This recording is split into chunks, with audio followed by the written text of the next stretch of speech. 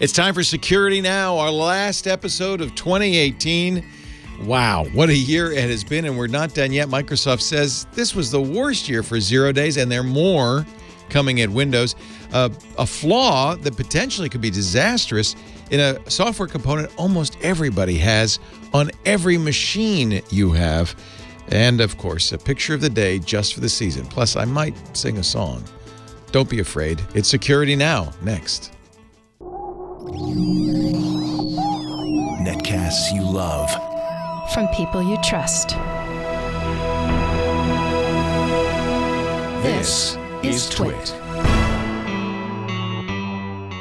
This is Security Now with Steve Gibson, episode 694, recorded Tuesday, December 18th, 2018. The SQLite RCE flaw. Security Now is brought to you by LastPass. Secure every password-protected entry point to your business. Join over 43,000 businesses and start managing and securing your company's passwords today. Learn more at lastpass.com/twit.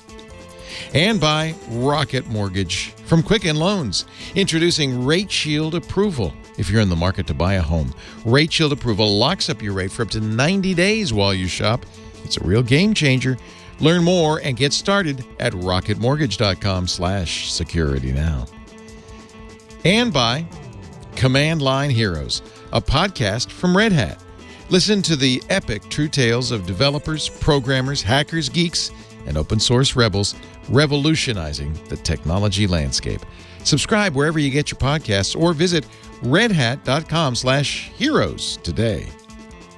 It's time for Security Now, the show where we protect you, your privacy, your loved ones, and your security online with the help of the man in charge over here, Steve Gibson of the GRC, Gibson Research Corporation at grc.com. Hello, Steve. I'm not sure what I'm doing. Am I doing a Vulcan salute or am I shooting myself in the head with my first two fingers? Kind of crazy. That's not really sure. Last show of 2018, Stephen. It is indeed. Yes, this is 694, so we'll be into the 700s pretty soon. The 700 Club. Wait. Wow. What? Anyway. So well, and as I pointed out, because you have so widely pointed out that your last show will be 999. Oh, well, I wrote that it's been written in assembly language, Leo. I have no flexibility there. I've only you can only do 3 digits. I have a 3-digit format string, and it's just, when it hits 999, it's like, oh, well. As many feel it should go to AAA, but that's another, or A00, but that's another matter entirely. Nice knowing you. I feel like people are going to start counting backwards. Like this is going to be like once we get to 700, people are going to say, "Oh, there's only 299 shows left, only 298, 297." Yep, beers on bottles of beer on the wall. Yeah, so it'll be the countdown. Yeah. So while I was assembling today's news, I got to one of the stories that I had run across and dug into it a bit more, and I thought, ooh, this is really not good. There is the absolute number one most popular embedded database is SQLite, SQLite. And, I mean, it's everywhere. It's in... I meant on iOS, it's in every Mac. It's I don't know if it's on Windows, but it's everywhere. You're right. Well, yeah, and what happens is that apps bring it with them. I found 4 instances in my own system. We'll be talking about this at the end of the show. It's the topic. The main title of the show is the SQLite, the SQLite RCE flaw. A remote code execution flaw was found that allows execution of an attacker-provided code if they have any way to get access to a SQLite command. And, for example, browsers allow that. Until Google was notified of this, you could crash Chrome and take over Chrome. Chrome uses SQLite, SQLite. It turns out that it's pervasive. It was the Chromium engine was using it, but it is, I mean, well, we'll get there. So I think a really interesting and important way to ring out this new year, which has been, that has wrung us out.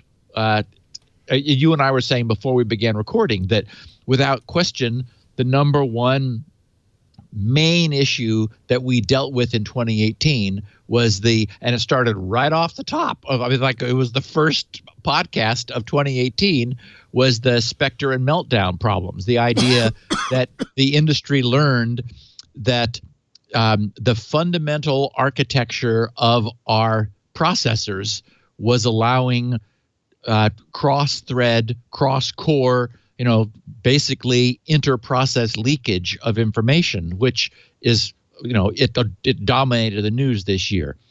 But there's a lot of stuff to talk about. We're going to take a look at Rhode Island's response to Google's recent announcement of their second API flaw, Signal's response to Australia's anti-encryption legislation, the return, believe it or not, you were fortunately in New York, Leo, when Jason and I had to deal with PewDiePie. We have the return. What does he have to do with security? I know. You're going to find out. Oh, boy. The return of PewDiePie we have. We also have the news that U.S. border agents, and this really does get me, are retaining travelers' private data. Oh. Not just like checking it while you're crossing, but they're not performing post-transit elimination of the data. We also have this week in Android hijinks with another interesting exploit for Android and a little bit of a takeaway there. Some confusion that I saw in the industry surrounding the recent WordPress 5 release. We have another Facebook API mistake that I know you've been talking about, this photo API. We have and Leo, the 8th annual most common passwords list, also known as How's Monkey Doing? Yeah, really? That's true. We also have why all might not be lost if someone is hit with drive encrypting malware. The observation of Microsoft's recent 4-month run of 0-day vulnerability patches. Every single of the last September, October, November, December, they were patching things that were found in the wild. So that's an interesting bit of news. We've also got the move of Firefox to 64 with some new features. A reminder of an awesome train game that I fell in love with. You did too. I remember. Many years ago. Yeah. For available on iOS, Mac, and Android, and I was recently reminded of it. Also, we have a little bit of closing the loop feedback with our listeners, including a SpinRite song for the holidays, and then we're going to dip into this SQLite remote code execution flaw. And with the takeaway for our listeners, it turns out that it's probably worth doing a bit of an audit on your system to find the instances of SQLite and see if there are updates available. This is pure. The danger is purely a function of attack surface, and so, for example, it's apparently Thunderbird uses it, which is the email client that I'm using, and of course, email is all attack surface. It's just one big exposed attack surface. So that's not good. But it turns out it's pretty simple to find the instances of it. And I think people will be surprised how prevalent it is. I mean, the network monitoring app, the little networks thing that I use has SQLite in it. Like, okay, why? Who knows? But anyway, lots of fun stuff to talk about and a fun picture of the week also for the holidays. You do pictures of the week, but today I'm going to do a mug of the week. This was sent to me by Spencer Dudzik. It's actually his dad is a big fan of this show and iOS Today and Know How, and his son's watch. Spencer really liked a joke that you told on the show and sent us a mug. Well, he sent it to me. I'll send you one if you want to. Remember this one? You can't use beef stew as a password because it isn't stroganoff. Oh, ow. Oh. So, Spencer, thank you. I really appreciate that. It's got a nice green inside, so I'll be using it for my green tea. Much as you might want to forget that one, Leo, now every day every time you bring it up to your face. You can't use beef stew as a password because it isn't stroganoff. I blame you. It's your fault. Our show today. Thank you. I really appreciate it, Spencer. Thanks for the mug. Our show today brought to you by LastPass. Folks, if you're not using LastPass, you're not using the best. The best password vault, the best password manager, the best password generator, the best two-factor authenticator. It's all of the above. And it really is one very important part of your plan to prevent data breaches. We hear these stories over and over again. And often it's because employees are the weak link.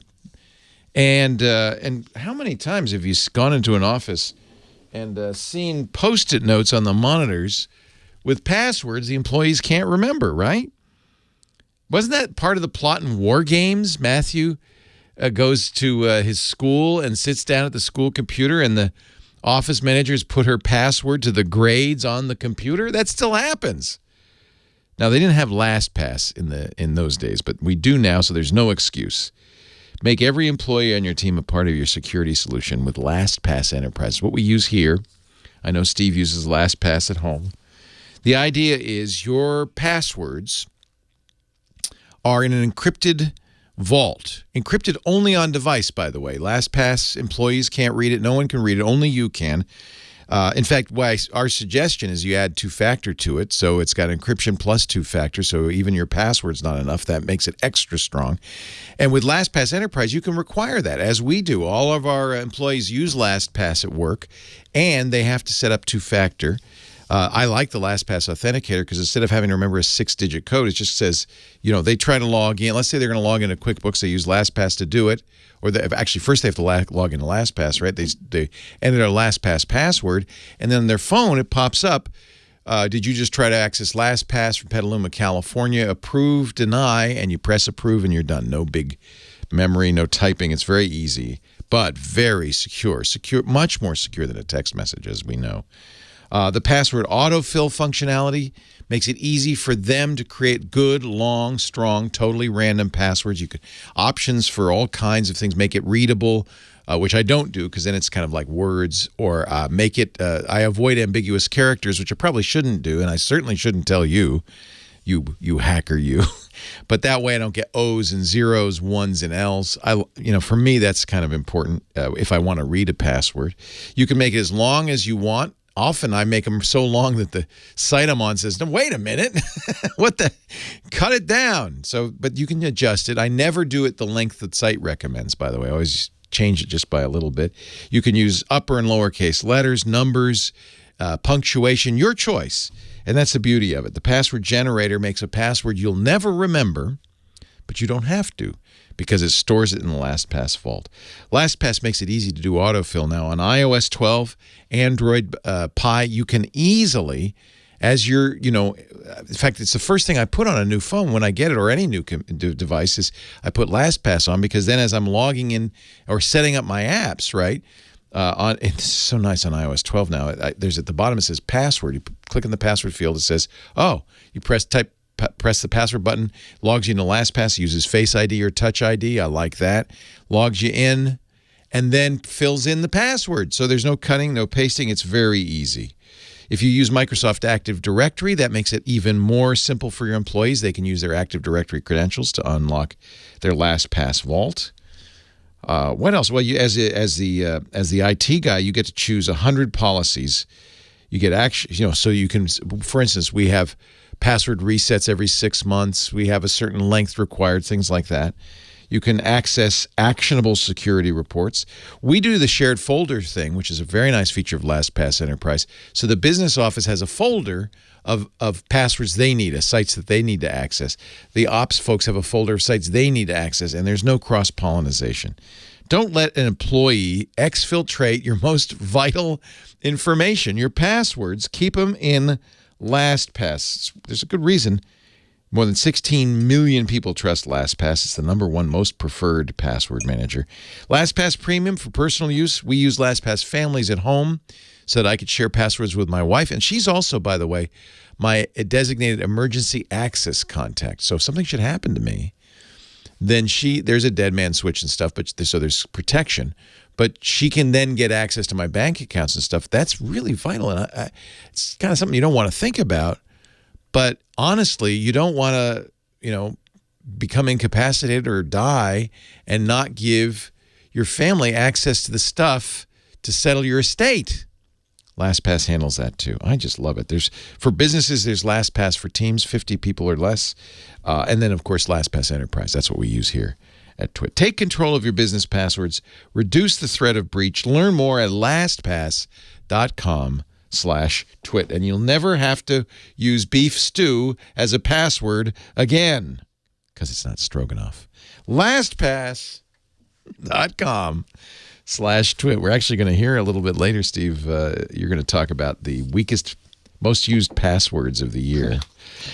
I do like a good stroganoff, though, Leo. Oh, stroganoff's fantastic. Just don't use it as a password. No.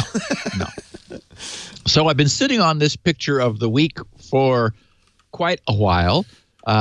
It's just fun. It's festive for the holiday season. Apropos of, the holidays. This is just a little ditty familiar to people who are familiar with Christmas songs. This says, he's making a list. He's checking it twice. He's going to find out who's naughty or nice.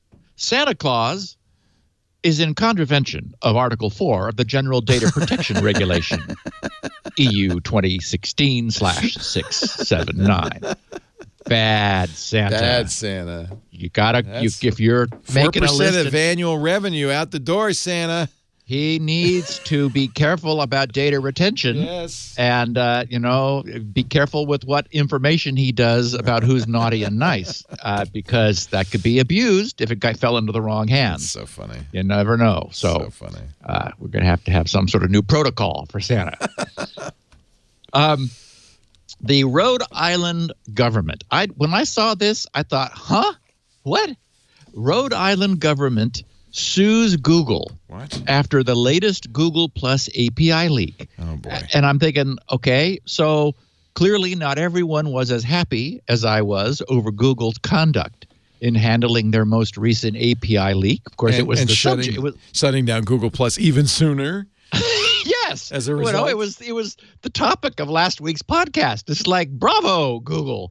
Anyway, within a day of this announcement of the second leak, a class action lawsuit was filed by the Employees Retirement System of Rhode Island. It's the ERSRI, a government-owned investment fund that provides retirement, disability, survivor, and death benefits to state and municipal employees and public school teachers. So I'm thinking, okay, so they're suing Google over an API flaw where there's no evidence that any information was stolen. Because remember, Google said, as far as we know, we've audited this. There was no indication that anything happened. But, we caught it quickly. We fixed it. Thank you very much. So how was anyone harmed? Well, this ERSRI accuses Google of intentionally misleading shareholders and federal regulators by failing to disclose its Google Plus data leaks in a timely fashion. And although the lawsuit was filed immediately following the second leak report, it also cites both this most recent and the October API incident that we covered at the time. So remember, we talked about it on October, that Google was kind of caught in the ringer because, as I recall, I think it was the Wall Street Journal who broke the news that there was a problem that Google had chosen not to go public with. And so that was a bit controversial. Anyway, the second incident was announced Monday, a little over a week ago, 8 days ago, when Google said that, was it a week ago or yesterday? It might have been a week ago. I think yeah. Yeah. When Google said that this API update that they had performed, or an API update, had introduced another potential for data leakage, which the company patched within a week. Google said that this second leak wasn't abused to harvest user data, but if someone did, the data of 52.5 million users was exposed. So not good, but they fixed it. So again, okay, how is this grounds for a lawsuit? The ERSRI officials are claiming that Google's recent string of leaks and supposedly delayed disclosures have harmed Google's own company stock value, which has in turn incurred losses to investors such as itself. No. It's like, really? So you're going to... Really? Oh. Sue Equifax. Sue Marriott. Sue Yahoo. Exactly. Somebody who's like really deserves a good kick. Okay, so their Rhode Island's general treasurer, Seth Magaziner, said, Google, quote, Google had an obligation to tell its users and investors that private information wasn't being protected. Instead, Google executives decided to hide the breaches from its users and continued to mislead investors and federal regulators. This is an unconscionable violation of public trust by Google, and we are seeking financial restitution on behalf of the Rhode Island.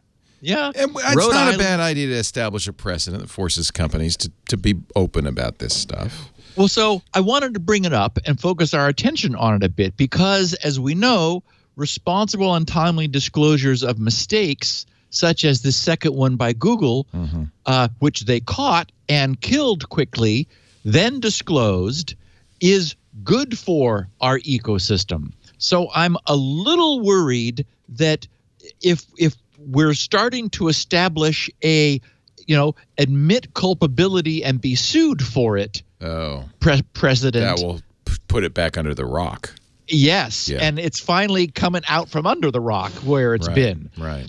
So if companies start being sued the instant they acknowledge that they made and fixed a mistake where nobody was hurt over the reputation damage their own responsible disclosure incurs, then it's foreseeable. That's a very good point.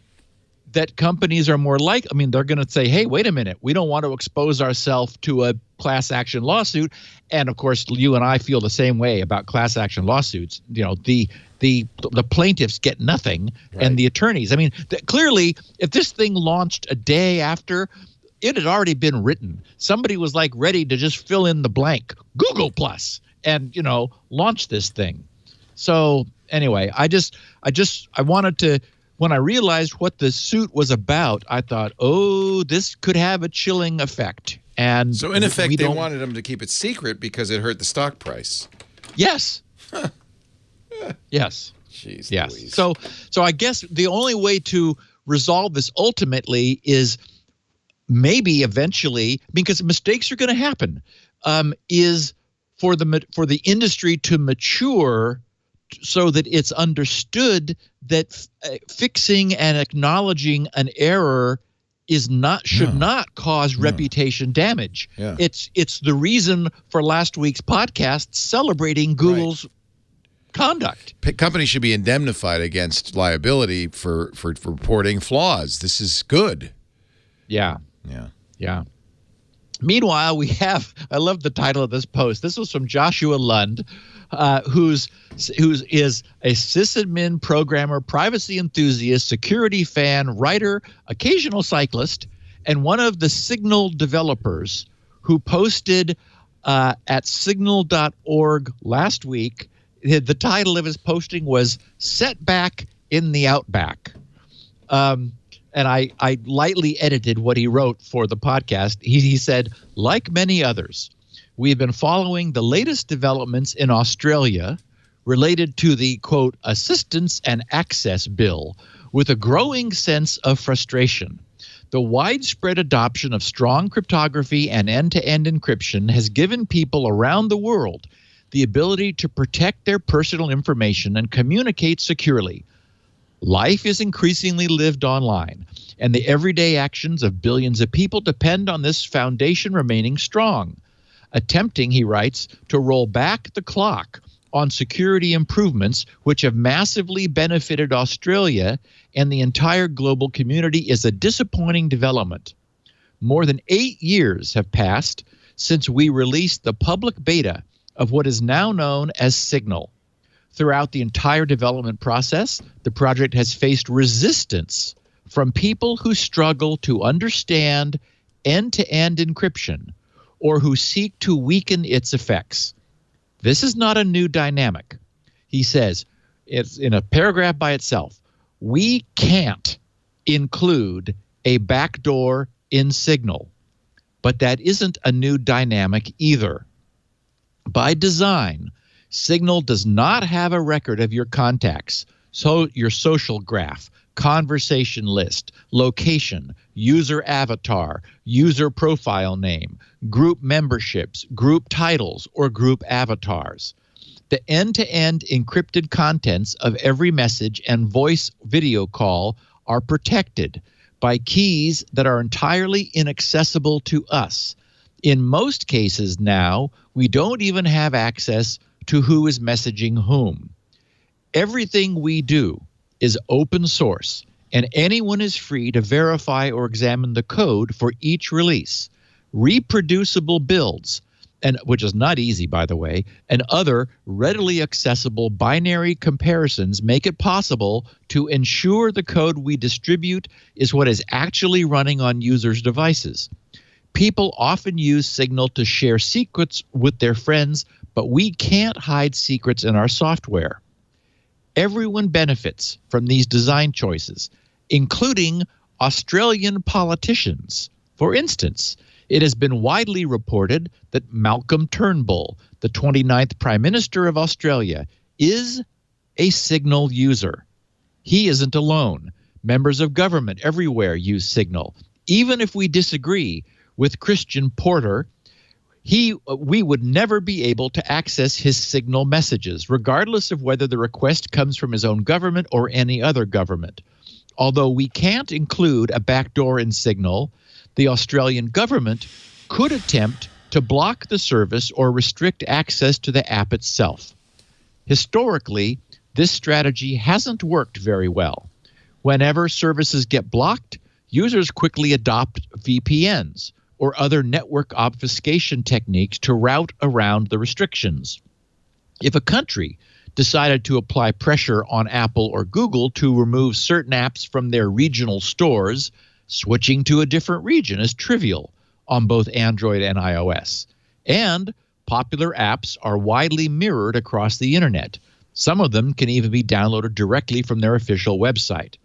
One of the myriad ways that the Assistance and Access, in quotes, bill is particularly terrible, he writes, lies in its potential to isolate Australians from the services that they depend on and use every day.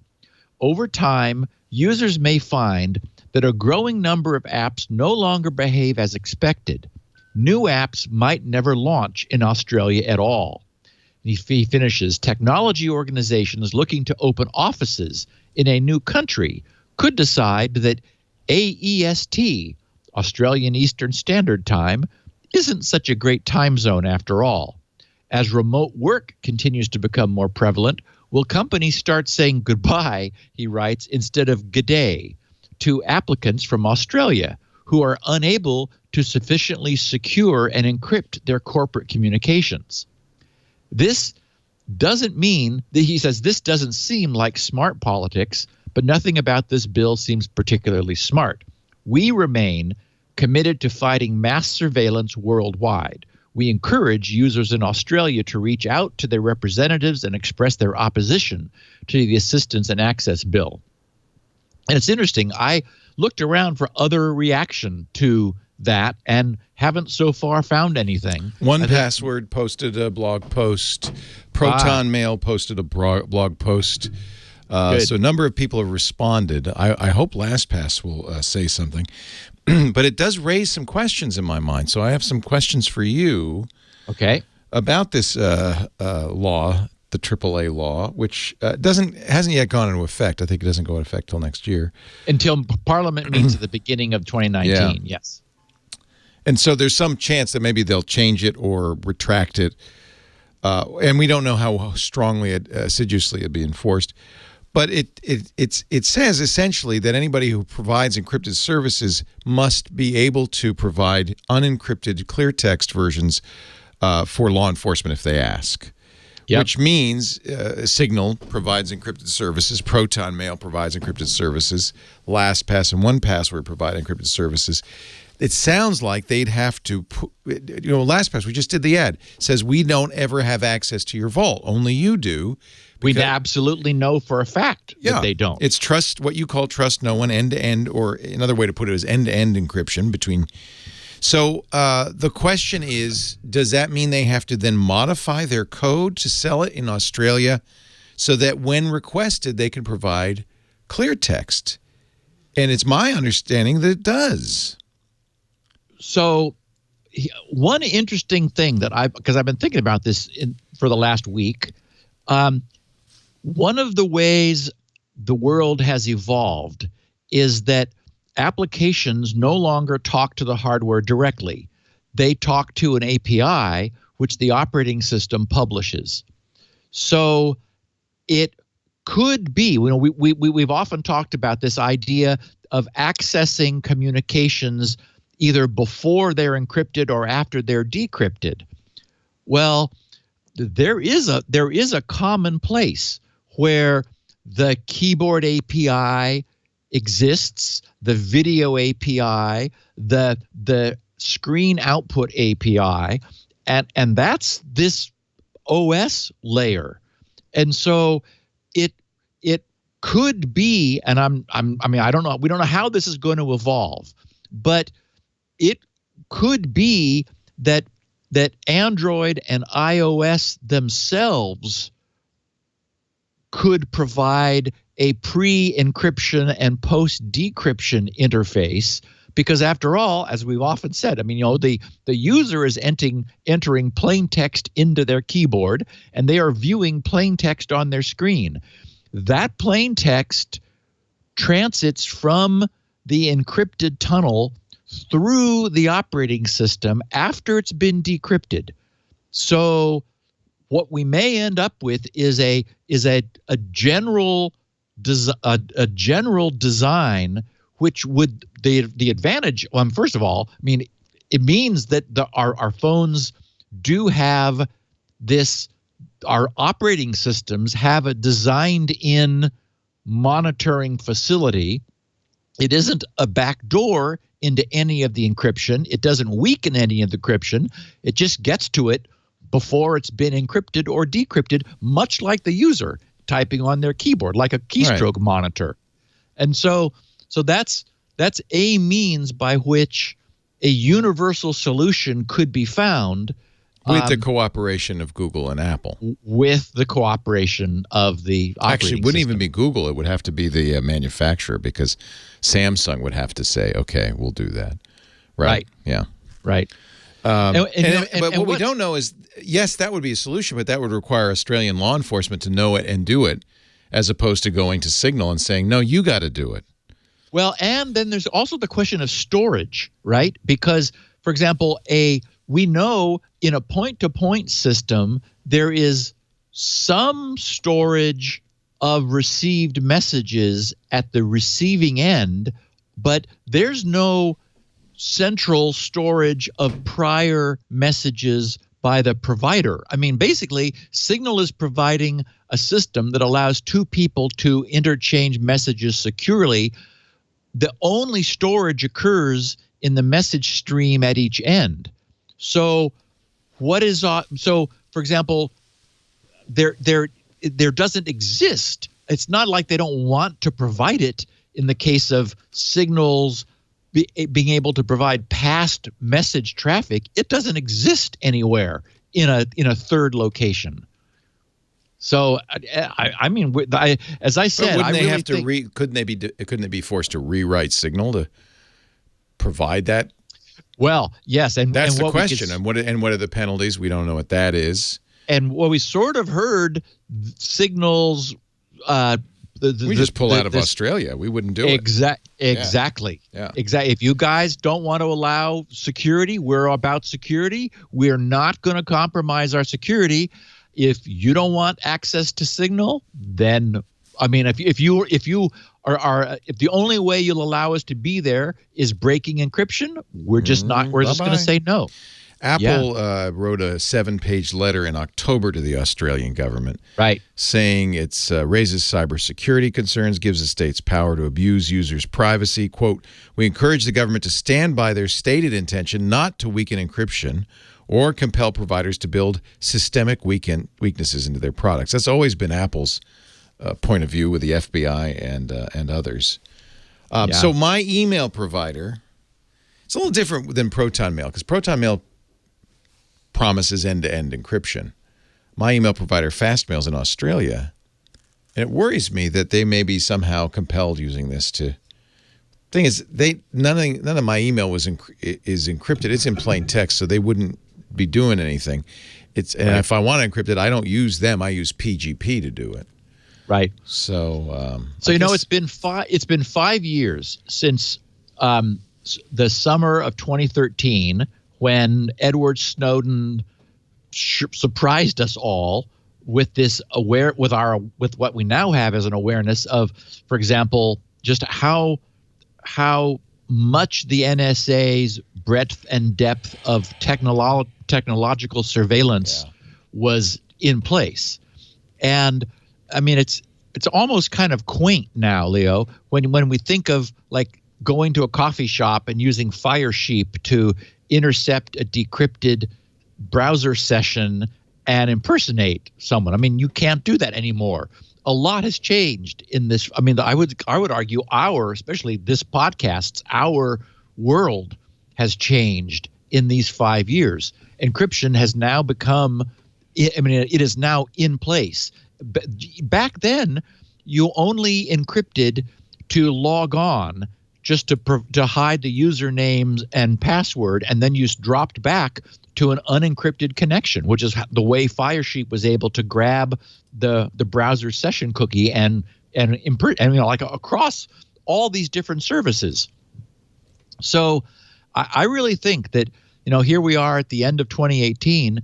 I suspect that 2019 and 2020 are going to be the years where the slow to respond governments, I mean, the governments, as we've been covering, they're not happy with this going dark problem that they're unable to any longer see into what's going on when they need to. We had the famous fight between the FBI and Apple that we talked about last week with the San Bernardino terrorist, when they were unable to get into the iPhone with Apple's help. So, boy, I just think this is really interesting the next couple of years. I think this is going to get settled one way or the other. Yeah, I hope so. Yeah, because, countries if a law like this is passed in the U.S., that makes it really challenging, because companies might be able to walk away from Australia, but they can't walk away from every nation. No. And, and I mentioned Google, who, when China said, we need you to filter your results, right, Google said no. They walked away, yeah. They walked away, but then they're coming back because it's like, it's a pretty big market over there. So the latest news is that while they developed this Dragonfly, that employees were so upset that they've decided to not do it and put it on the back burner, which is good. Well, that's great. Employees need to stand up. Yes. And in the U.S., we have this notion of warranted search, which, it's in the Constitution, and it's inconceivable to me that the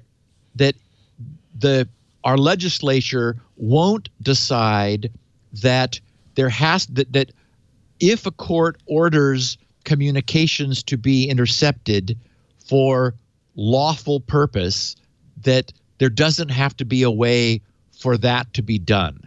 I mean, it seems like where we're headed. Yeah. And, again, so far we've just sort of been slipping by, I think. But I like it because you're not dogmatic on this. You recognize the need to do it.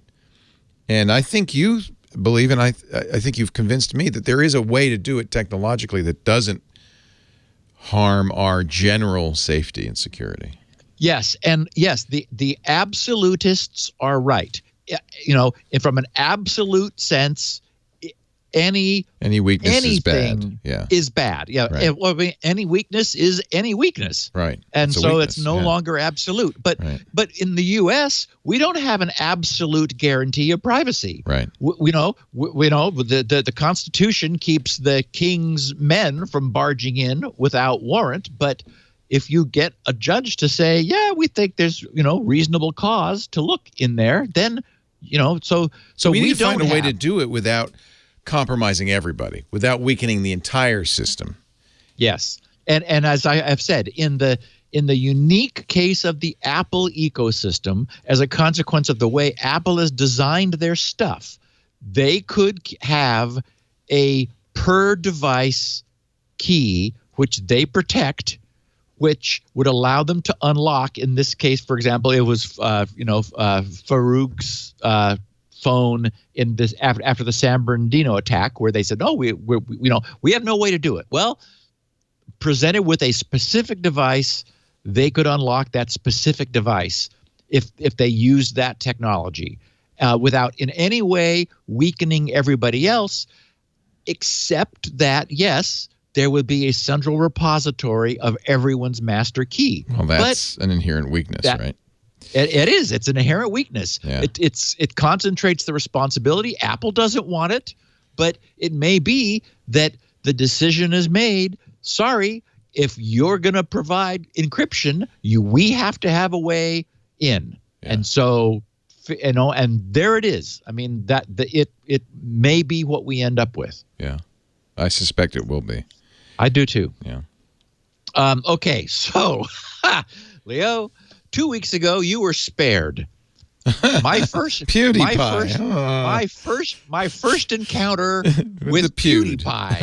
Okay. Yes, and I thought, what PewDiePie? What the heck?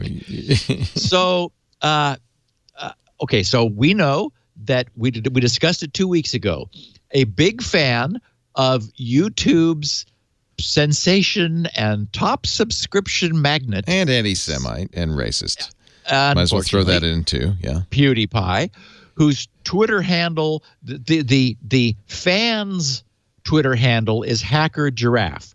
He was concerned that PewDiePie, oh no, might be about to slip into second place, eclipsed by T-shirt. No, I mean T-Series, which is like in number 2 place. Yeah, because they're installed on every phone in India. So it's kind of an inorganic way to become number one. And I think that's what's offensive to PewDiePie's fans. That makes sense. Yeah. See, Leo, you're bringing a lot more information to this. Well, I know way too much about PewDiePie, believe me.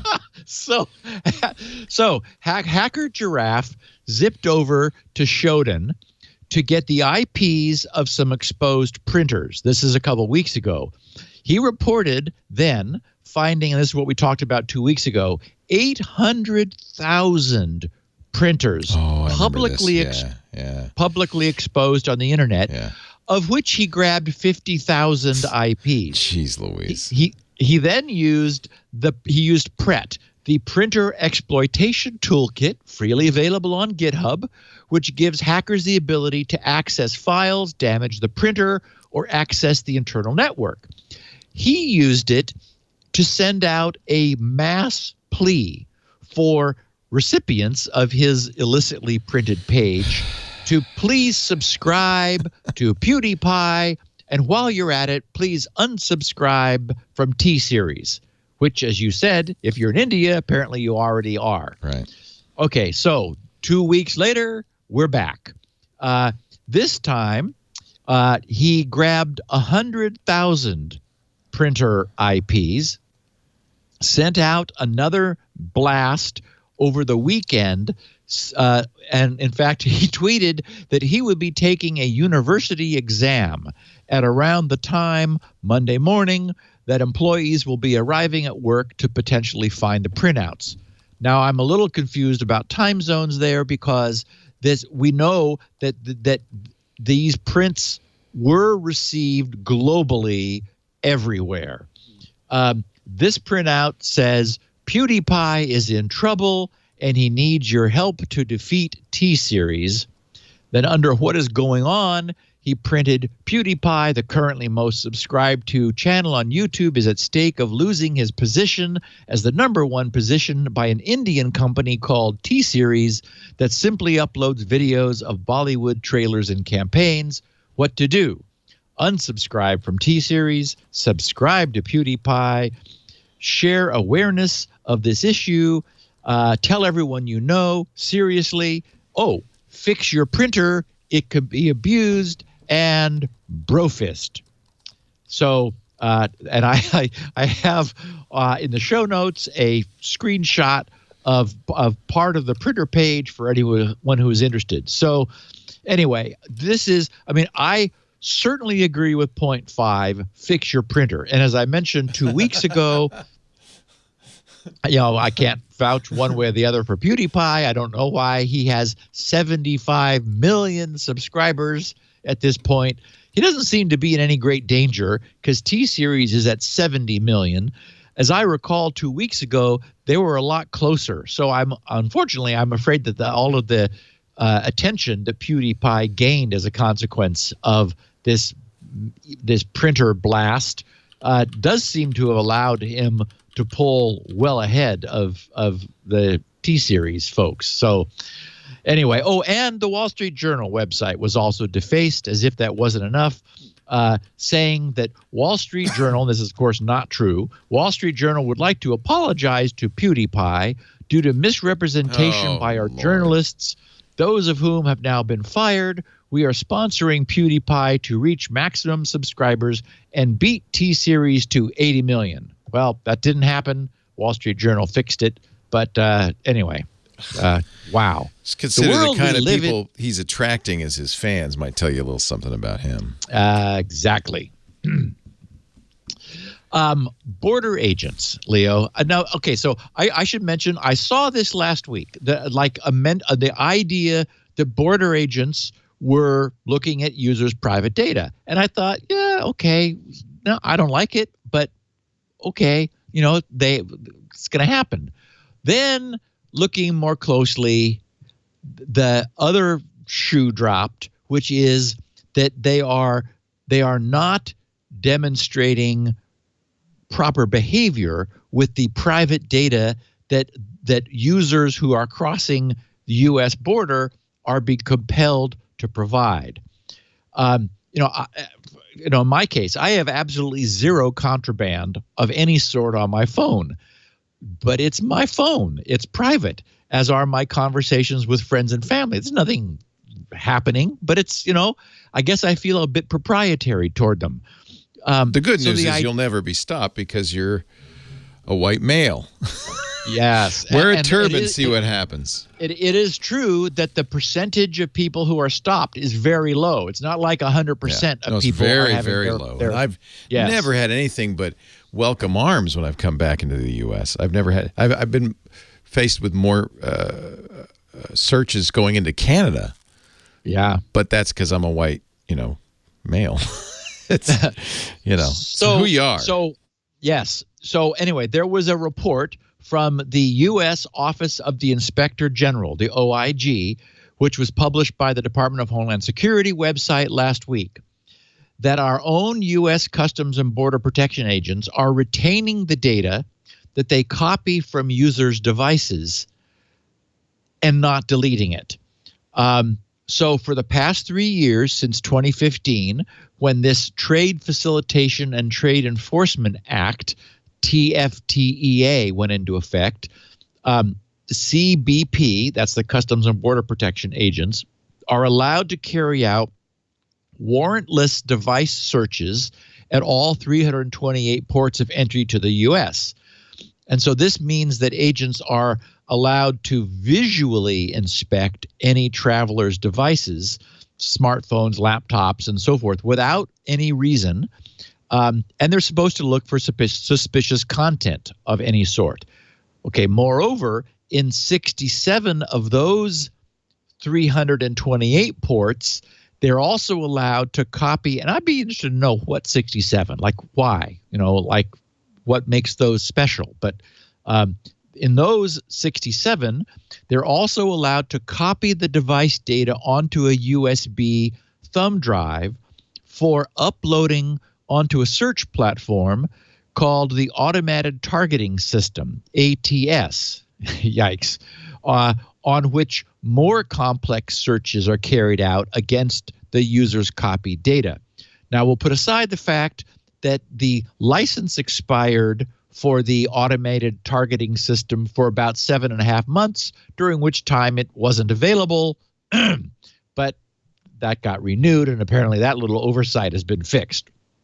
So according to this recently published OIG report, CBP agents have not been deleting user data from the thumb drives after they've uploaded the data onto this ATS. So the idea is the thumb drive is just being used as a shuttle to transport it to some other machine where it's then uploaded. And standard procedure dictates that the data be deleted. The OIG report said, quote, "We physically inspected thumb drives at 5 ports of entry. At 3 of the 5 ports, we found thumb drives that contained information copied from past advanced searches which had not been deleted."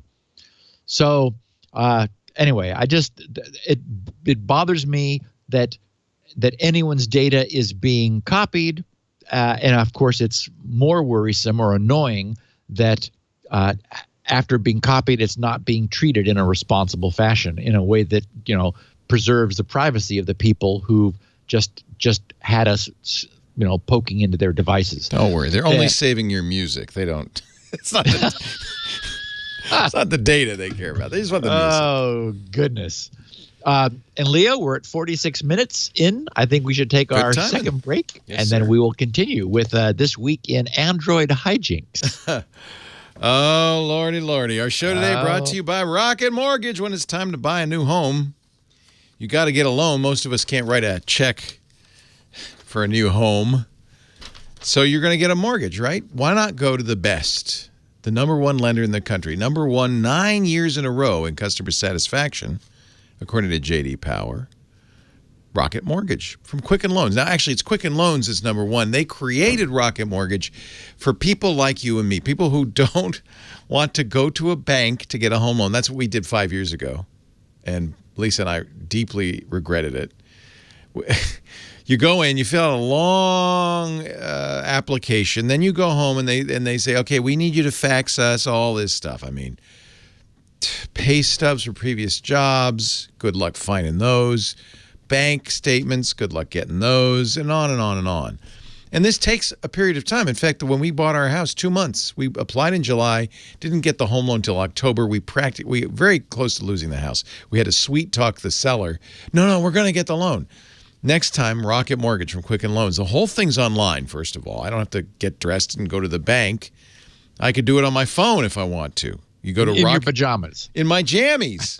Lying on my back, looking at the ceiling. RocketMortgage.com/security now. Yeah, I don't want to put on pants just to get a house. Actually, if you go to the open house, you should probably put on pants. Anyway, you answer a few questions online and stuff you already know. There's no research involved. You know your name, address, birth date, social, right? They check your credit. They tell you, here, based on your credit, here's what you qualify for. You choose the term, the rate, the down payment, and they give you pre-qualified approval. All of that less than 10 minutes. Remember I told you 2 months? Less than 10 minutes. Step 2 happens kind of, in most cases, without any intervention on your part. Instead of faxing them a lot of paperwork, they go out and get it. They have trusted relationships with all the financial providers. They will, within usually about 24 hours, verify income, assets, and credit. Once they do that, they say, okay, you're verified.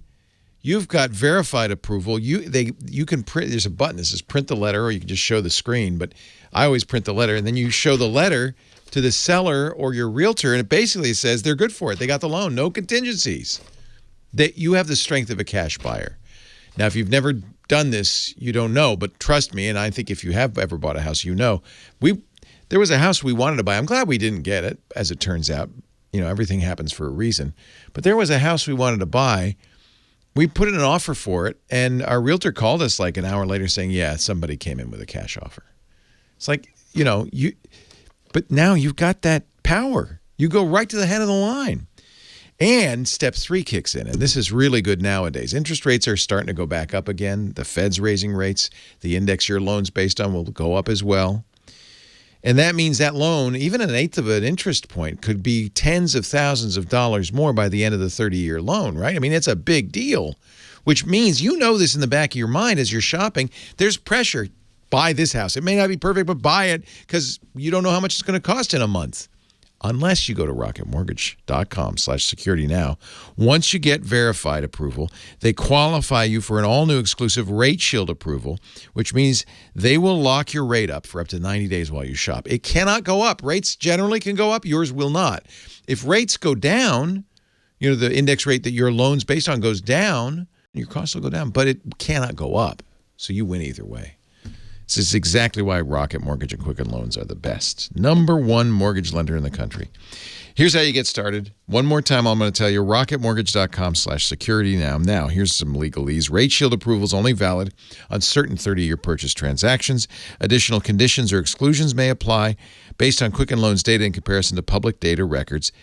Equal housing lender, that's important. Licensed in all 50 states. NMLSconsumeraccess.org, number 3030. Here's what you remember, rocketmortgage.com/security now. We thank Rocket Mortgage. They've been a great sponsor all year long.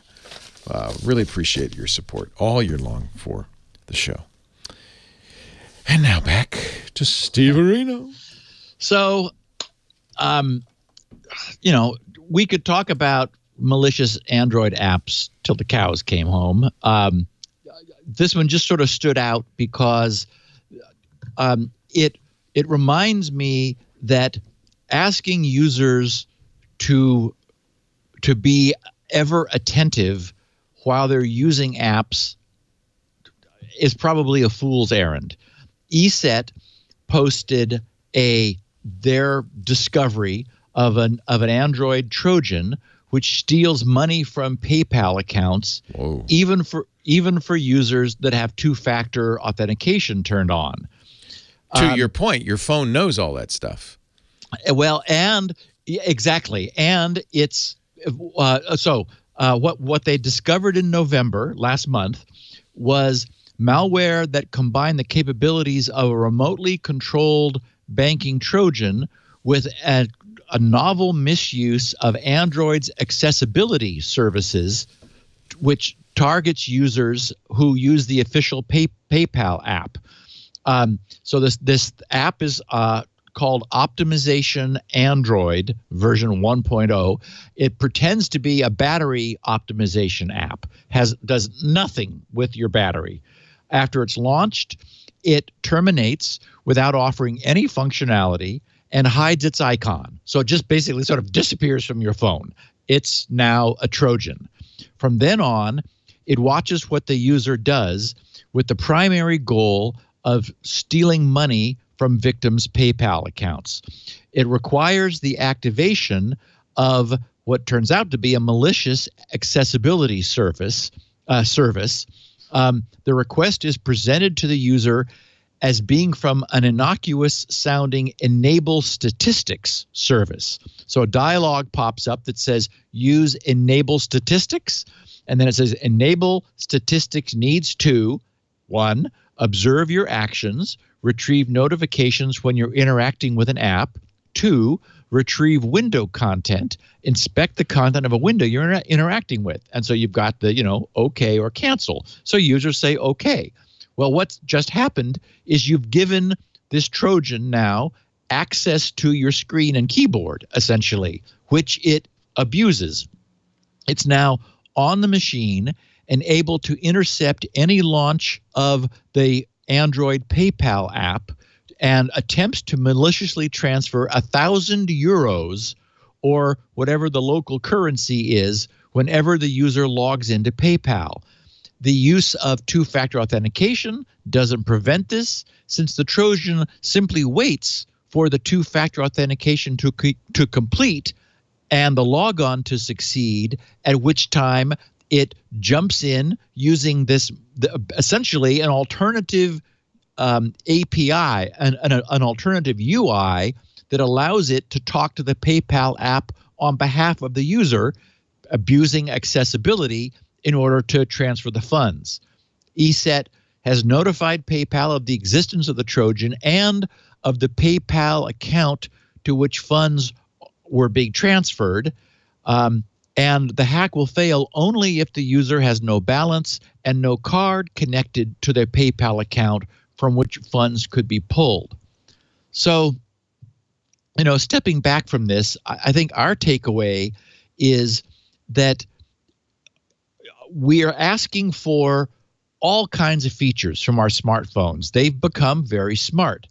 And we've seen, this is not just an Android problem. We've seen instances of this on iOS also, where the addition of important features, such as those required in support of accessibility, can be abused in clever ways that was never their intent.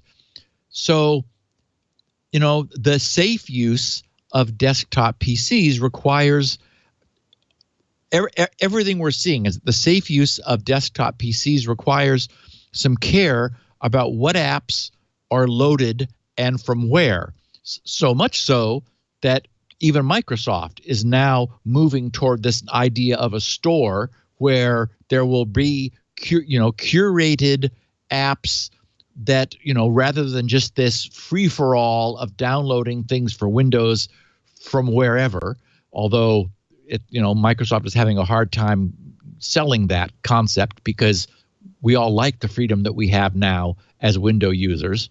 But I don't think it's fair to ask users to be constantly vigilant in their actions as they use apps. I think it is the case that the only solution is to keep these apps from getting into our machines in the first place. So really the location where we need vigilance is in not installing these things capriciously. Being skeptical of the apps that we install. And of course, one of our favorite slogans on the podcast is, never install something that something tells you need. Only install things that you go looking for. So, and anyway, of course, those are on third-party app stores. So that's the other thing: is stick with the Play Store. Yes. Not that there hasn't been malware on there, but they have to go through a lot more hoops to get that stuff on there. Right, and in fact, this was on the Play Store. And was it? So I thought it was a third-party store only. I think the screenshot I saw, it showed it on Google Play, but I'm not sure. Okay. So, but yes, you certainly only get things from Google, from Google Play. WordPress just released version 5 of their number one website blogging system, and there was some confusion surrounding it. First of all, I thought it was kind of fun. I didn't realize until I saw the name of it and then dug in a little bit that as they have done since version 1, which was the Miles Davis release back on January 3rd of 2004, they named their releases after famous musicians. Version 2.0 was Duke Ellington, 2.1 Ella Fitzgerald, 2.2 Stan Getz. They had John Coltrane, George Gershwin, Count Basie, Charlie Parker, Benny Goodman. Anyway, 5 is the Bebo Valdez, who is they say a pioneering Cuban jazz musician. What was confusing is that in the press in just late last week, was the news that as a consequence of this major version 5 release, Google could index users' passwords. And so it's like, whoa, wait a minute. Okay. So looking closely at this, I wanted to sort of, well, first of all, give people a heads up that there is an important security release, but there is one for version 5.0.1, but it had actually nothing to do with this big release of version 5. There is a new release of 5. If anyone's interested, the big new feature is they have a completely brand new, extremely flexible block-based editor. And is WordPress still a sponsor of? They sure are. WordPress.com, yeah. Yes. So I did want to mention that. Now, if you're on WordPress.com, you don't have to even think about this because they just keep it up to date automatically. Right. It's only if you're running a self-installed version of WordPress. Correct. So the truth is that although the headlines made this look like this was a problem with 5.0, in digging deeper into this, it looks like the release of 5 was asynchronous to a regular security release where WordPress fixed 7 different problems. One of the 7 was that in an unusual circumstance, which required non-standard configuration that probably actually nobody would ever encounter in reality, it was possible that a search engine might index the initial setup screen where an email address and a default password could be found. But it was like, the tech press really went, clickbait overload on this. So, but the important thing is that there was a week after the release of 5 was on December 6th. On December 13th, a week later, was a security release announcement, and it does affect 5 just because it affects them all, but it also runs all the way back to the Count Basie release, which was version 3.7 back in October of 2013. So for the last 5 years, they have a security update for everything. So I did want to give our listeners a heads up, as you said, Leo, for people who are running their own WordPress installations. That's just a standard security update that affects all versions for the last 5 years. So, despite the way the press handled it, it was not something devastating that was, first of all, was even likely to happen for anyone using version 5. It just happened to be that they released this security update a week after their major release. The security fixes, as I said, were comprehensive. So, and for what it's worth, it does look like a nice an update to WordPress. I know you've talked about the Facebook photo bug. This again is an instance of I think Facebook doing a good job. Last Friday, they announced another security incident affecting millions of their customers. For the 12-day period from September 13th through the 25th, a bug existed in one of Facebook's APIs, which exposed the private photos, or I should say potentially exposed the private photos of nearly 6.8 million users. Their forensic analysis of the bug revealed that up to around 1,500 apps, which were built by 876 developers, could have had access to the private photos of these 6.8 million users. I have here in the show notes a link to Facebook's posting. Tomer Bar is the Facebook employee who last Friday posted under the title, "Notifying our developer ecosystem about a photo API bug." Facebook was completely forthcoming in this. he basically stated the things I've just stated, and remembered that last week's podcast was titled Internal Bug Discovery.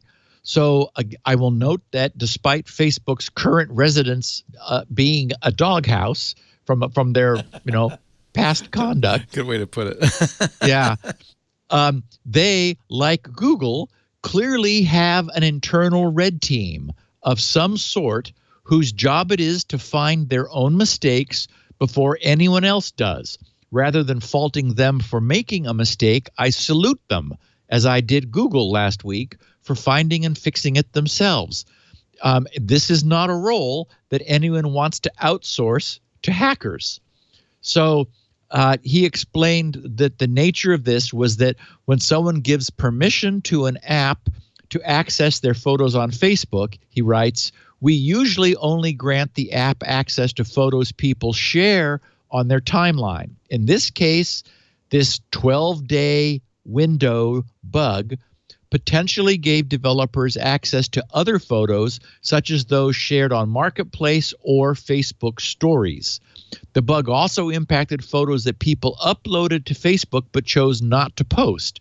For example, he says if someone uploads a photo to Facebook but doesn't finish posting it, maybe because they've lost reception or walked into a meeting, we store a copy of that photo for 3 days so the person has it when they come back to the app to complete their post. He said, currently, we believe this may have affected, and then, those numbers and so forth. And he finishes saying, we're sorry this happened. Early next week, we'll be rolling out tools for app developers that will allow them to determine which people use their app might be impacted by this bug. We will be working with those developers to delete the photos from impacted users, and presumably those apps who use Facebook's tool would be able to then to notify their users that they may have been affected by this app or not, depending. He says we'll also notify the people potentially impacted by this bug via an alert on Facebook. Again, so I think they're being completely responsible and acting the way we need our large internet providers of services like this to act. As a society, we are building ever more complex and capable systems, and these systems will be imperfect. I fully expect that someday, because this is science, this is math, we will figure out how to economically make these systems far more correct than we know how to today. But until we get there, the best we can do is find the problems and fix them as they arise. And so here's another example of, I think, it being done right. And speaking of monkeys, Leo, the passwords we use. Splash Data, the publisher of the password management applications Teams ID, GPass, and Splash ID, has just released their 8th annual list of the worst passwords of the year. Appearing for the first time on the list, in 23rd place, is Donald, which we haven't had before, and we can imagine the source for that password. Somewhat sadly, our longtime podcast favorite Monkey has slipped 5 places, down to 18th most popular, while Princess is debuting for the first time in the 11th slot. So what have we? The top 2, surprisingly, have not budged. The password 123456, ranked top last year, still in first place this year. I was going to use Princess Donald Monkey, but I guess I can't now. Oh, well, when you combine words, it's better. You can get a better password. So, yes. 1, 2, 3, 4, 5, 6. Princess Donald Monkey. That would be good. Yeah. Well, no, don't anybody use that. Okay, in number 2 place, yes, hasn't moved. Password. Oh man, I know. But if I spell it with a 0 instead of an O, is that okay? In fancy Hacksaw fashion. In Hacksaw fashion. In Hacksaw fashion. So, and we also have the slightly less popular, yet growing in popularity for those who are slightly less lazy. 1, 2, 3, 4, 5, 6, 7, 8, 9. Oh, now So we're talking. You add that 7, 8, 9. It does take a little bit longer. That's moved up 3 into third place this year, while 1, 2, 3, 4, 5, 7, 8 has dropped 1 rung to fourth place. Apparently, it got kicked out by 1, 2, 3, 4, 5, 6, 7, 8, 9s having moved up to number 3. Yeah. Wow. There is real competition among these fight. number runs. It is. You know, you never know. In fact, 1, 2, 3, 4, 5, just 5 digits, retains its 5th place position. So you can always remember 1, 2, 3, 4, 5 is the 5th most popular password. Easy to remember. Wow. 1, 1, 1, 1, 1, 1 is new, has just appeared on the list. Oh. Yep. 1, 2, 3, 4, 5. Oh, 1, 2, 3, 4, 5, 6, 7. Not 5, not 6, not 7, 8, not 7, 8, 9, but just 7 has moved up 1. Sunshine. How happy. Sunshine has just appeared on the list. QWERTY, QWERTY, we know where that came from. That has dropped 5 because it's been pushed down because some of these number runs have apparently run up. I Love You, unchanged in 10th place. That's nice. Princess has appeared in 11th. Admin dropped down 1. Welcome also down 1. 666666 newly appeared. Believe it or not, among all this jumbling, ABC 1, 2, 3 still in 15th place, just sitting there, not budging. Everything's churning around it. Princesses are popping in, and Sunshine is new. ABC 1, 2, 3 holding at 15. Football dropped down 7. 1, 2, 3, 1, 2, 3 also holding at 17. And as I said, sadly, Monkey has dropped down to 18. For someone who's getting really clever, 654321 in 19th place. And then we have the wow, how could this actually be? Oh, I see. You hold the shift key down. It looks like cartoon swearing. Exclamation point, @ pound sign, $%. Let me guess the next one. Carrot? Yes. Ampersand? Asterisk? Oh, you're a hacksaw. How did you do that? Amazing. The great Kreskin is among us. Oh, man. Yes, and Leo, it's new on the list. That one you just guessed all by yourself, new. Well, Charlie welcome. is new in the 21st position. And here we have something really clever. This is like one you were going to suggest, AA 1, 2, 3, 4, 5, 6. And what's amazing to me is it not one person did it, but that's the 22nd most popular password. 23rd, Donald. 24th, password 1. Okay, that's not very imaginative, but it has just appeared. And then for those who maybe a browser, I was going to say maybe a site objected to QWERTY, but no, because that's the 9th most popular. So QWERTY 1, 2, 3. Oh, there's an improvement. Yeah. Rounds out the list in the 25th position. Strong. So Splash Data, I wanted to say Slapdash, but no. Splash Data estimates almost 10% of people have used at least one of the 25 worst passwords on this year's list. So 10%, no, certainly 0 of our listeners, none of our listeners, except maybe Monkey. But actually, we know that one of our listeners has used Monkey in the past. And apparently nearly 3% of people have used the worst password. 1, 2, 3, 4, 5, 6. Not even going as far as adding a 7, 8, 9, Leo, which would have, made it really not much harder to get. So where do they get these?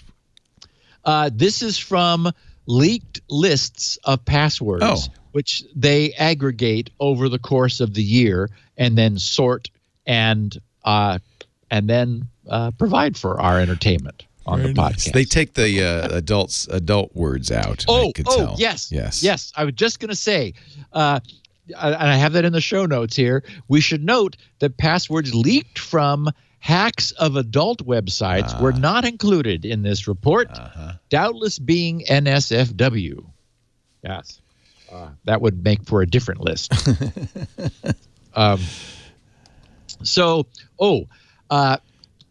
Bleeping Computer had two stories last week that I thought was very interesting, and I wanted to absolutely put it on our listeners' radar. Just because some malicious drive encryption is done right, and because it would be trivial to do it right, doesn't mean that all of it has been done right. Far from it, apparently. There were two stories that Bleeping Computer had. One was titled "How to Decrypt the Insane Crypt or EverB1 Family of Ransomware." I've got the link in the show notes for anyone who's interested. And they wrote, "Insane Crypt or EverB 1.0 ransomware is a family of ransomware infections that were based off an open source project. This ransomware family is distributed through possibly spam and hacking into remote desktop services, but that has not been confirmed. The good news," they write, "is that the variants of this ransomware family can be decrypted for free using a decryptor created by Michael Gillespie and Maxime Magnan.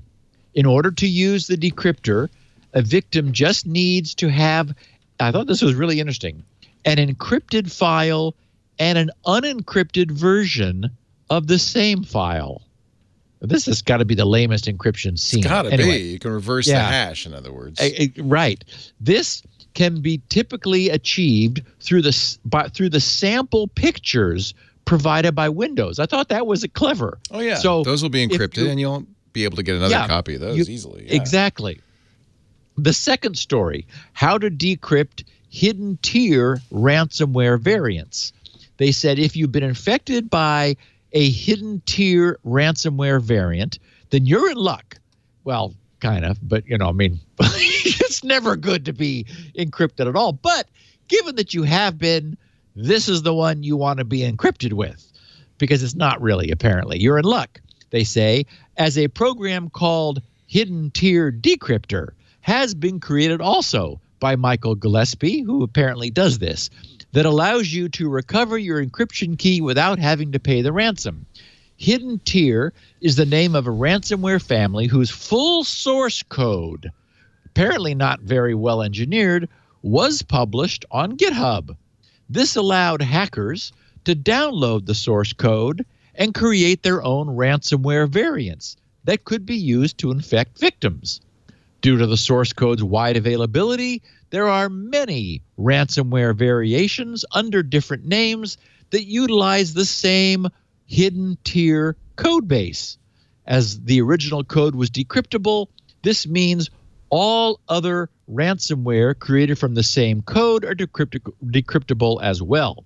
Some of the hidden tier variants supported by this tool include ALOC 8, Anoncrack, Assembly, Baldaz, Bank Account Summary, Bensomquare, Wanna, Blank, Bloodjaws, Boris, Cerbertear, Crypt Console 2, CryptoKill, Cyber Researcher, Data Locker, Dev Nightmare 2x9, Diamond, Domino, Donut, Ransom, Executioner, Executioner 2, Executioner 3, Explorer, Flat Chestware, Frog, Lord. One I can't say on the podcast, but we're in the F's. It's in the so F's. you can imagine. Gendarmerie, Horos, Job Cryptor, Jodis, J Ransomware, J WannaCry, Jarman, Kraken 2.0, Kratos, Lanran, Lime HT, Love, LUV, Matroska, Meyerware, Mooncryptor, MTC, No Bug, Nulltica, Onion 3 Cry, Ops Venezuela, Paul, Pay or Die, Pado, PGP Snippet,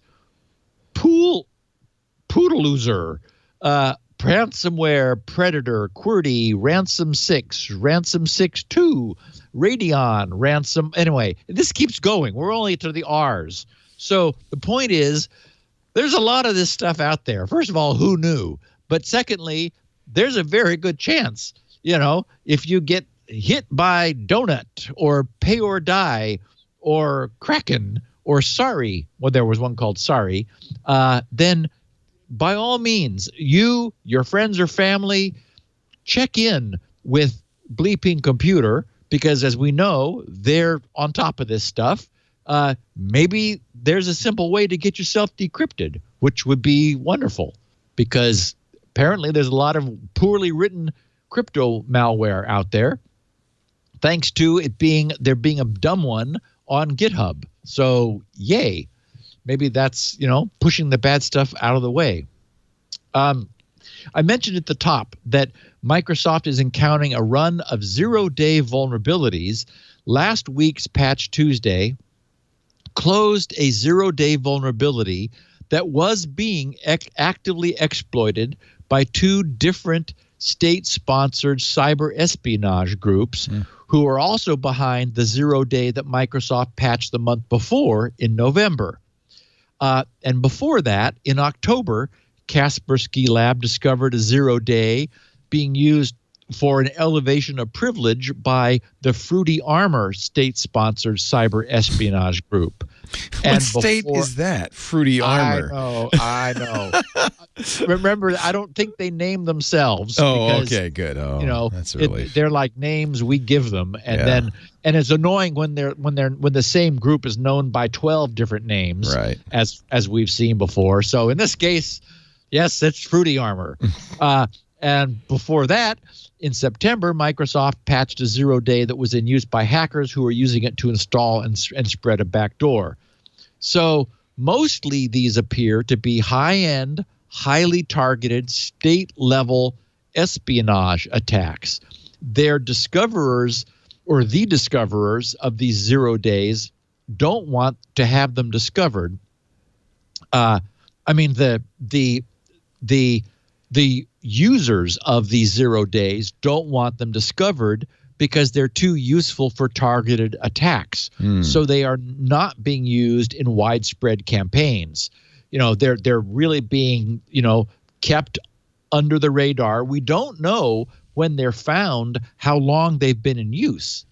So there's, and given that two different 0-days were both discovered and fixed in the most recent Patch Tuesdays, one wonders how many as yet undiscovered 0-days are also in use. Because, again, we don't know that they are until they're found, and they're not being, sprayed around the internet. They're not being tweeted by hackers who are having a bad day.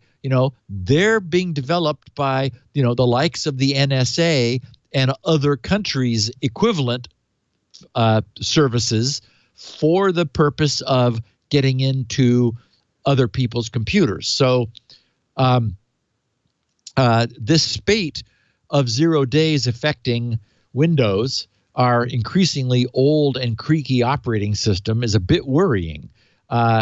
Windows is coming under increasing pressure, and it's not holding up as well as we would like or hope. And in fact, Leo, I listened to you with Paul and Mary Jo on Wednesdays, and it's a little sobering. They're not happy any longer.